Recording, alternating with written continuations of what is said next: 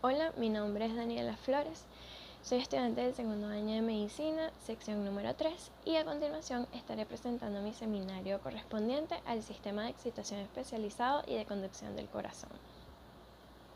Ok, comúnmente las partes del corazón laten en una secuencia ordenada.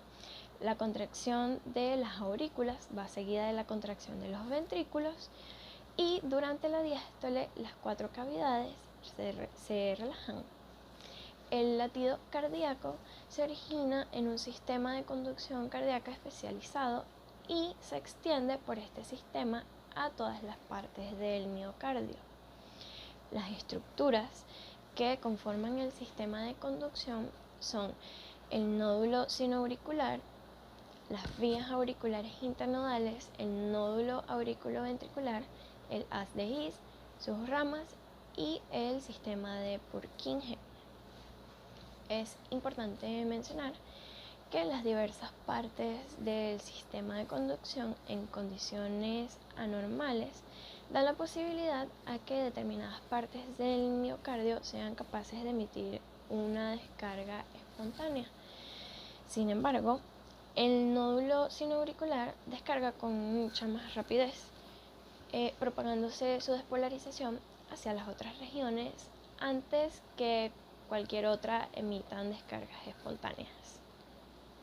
Por lo tanto, el nódulo sinoauricular es el marcapasos cardíacos normal o natural y su frecuencia de activación va a determinar la frecuencia del latido del corazón. Entonces, el recorrido del impulso eléctrico va desde el nodo sinoauricular, como nombraba anteriormente, genera los potenciales de acción que despolarizan a todo el miocardio y cada uno de estos pulsos se traduce como un latido cardíaco. Tomando en cuenta que las células que componen el nodo sinoauricular son capaces de generar sus propios potenciales de acción, lo que quiere decir que es autómata, y en ellas existen canales de sodio que siempre se encuentran abiertos, permitiendo que el voltaje interior de la célula aumente progresivamente. Y al llegar a los menos 40 milivoltios, se alcanza el estímulo umbral y se inicia la despolarización. Luego, el impulso eléctrico se difunde por las aurículas, llegando a las vías internodales, que a su vez conectan el nodo sinoauricular con el nodo auriculoventricular, llevando el impulso rápidamente a este.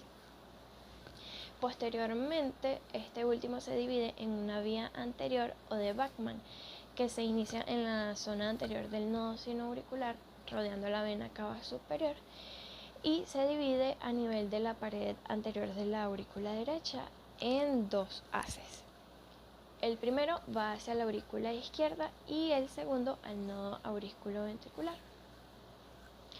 La vía media o de Wenckebach se inicia en el borde posterior del nodo sinoauricular, por detrás de la vena cava superior, pasa por la pared posterior del tabique interauricular y finaliza en el nodo auriculoventricular. Por último, la vía internodal posterior o de Thorel se inicia en el borde posterior del nodo sinoauricular y finaliza en el borde posterior del nodo auriculoventricular. La transmisión del impulso eléctrico tarda en llegar al nodo auriculoventricular entre 0.3 y 0.4 segundos. El nodo auriculoventricular o de Askov-Tawara se muestra como una estructura superficial que descansa inmediatamente debajo del endocardio de la aurícula derecha y directamente arriba de la inserción septal de la válvula tricúspide.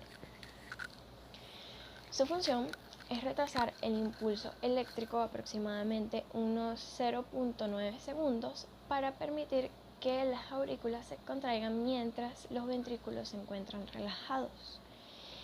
El impulso corre a partir de aquí por un haz penetrante del nodo auriculoventricular, generando otro retraso de aproximadamente 0.4 segundos. Y el retraso en el impulso dado por estas células se debe a un número disminuido de gap junctions. Consecutivamente, El haz penetrante del nodo auriculoventricular se divide en dos ramas o fascículos, uno izquierdo y uno derecho, que constituyen el haz de His. Esta rama izquierda se dividirá a su vez en una rama anterior y una posterior. Por último, los extremos de las fibras de Purkinje penetran en aproximadamente un tercio del grosor de la masa muscular y finalmente se continúan con las fibras musculares cardíacas. Desde el momento en el que el impulso cardíaco va a través de las ramas del haz en el tabique interventricular hasta que sale de las terminaciones de las fibras de Purkinje, el tiempo total transcurrido es en promedio de unos 0.3 segundos. Así, una vez que el impulso cardíaco ha entrado en el sistema de conducción ventricular de Purkinje, se propaga casi inmediatamente a toda la masa del músculo ventricular.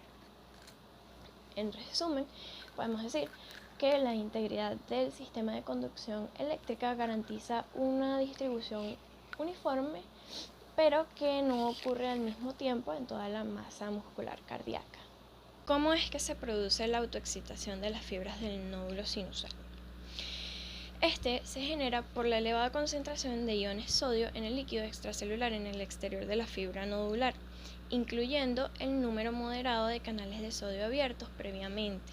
Los iones sodio positivos del exterior de las fibras normalmente tienden a desplazarse hacia el interior, haciendo que entre los latidos cardíacos la entrada de iones sodio de carga positiva produzca una elevación lenta del potencial de membrana en reposo en dirección positiva. El potencial en reposo aumenta gradualmente y se hace menos negativo entre cada dos latidos sucesivos.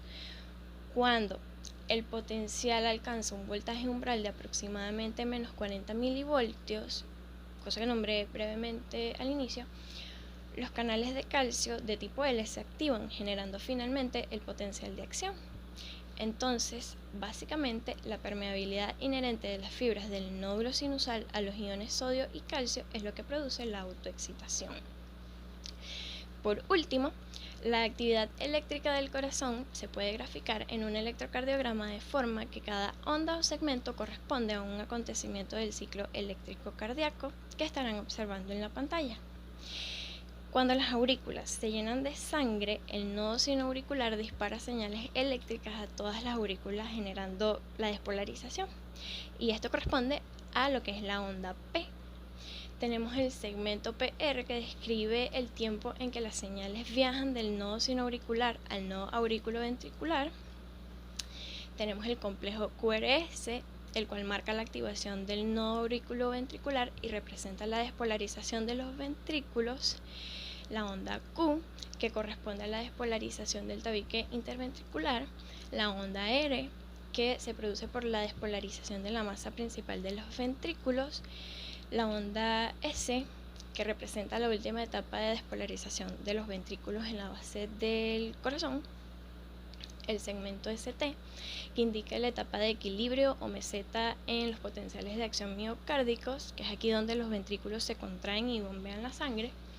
Y por último la onda T, que representa la repolarización ventricular justo antes de la relajación o diástole ventricular.